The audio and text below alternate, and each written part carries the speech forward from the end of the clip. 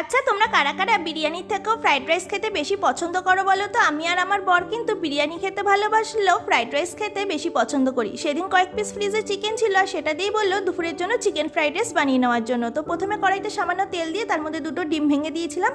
গোলমরিচের গুঁড়ো আর নুন দিয়ে ডিমটাকে ঝুরি করে তুলে নেওয়ার পর কড়াইতে আবারও তেল দিয়ে তার মধ্যে রসুন কুচি দিয়ে দিয়েছিলাম।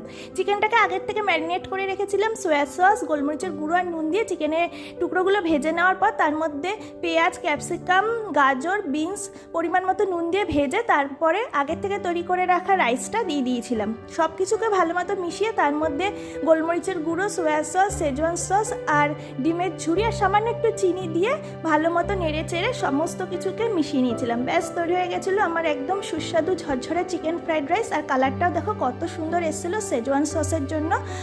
আর এটা আমরা খেয়েছিলাম ডিম কষার সাথে। ডিম কষার রেসিপিটাও তোমাদের সাথে কালকে শেয়ার করবো। বাই।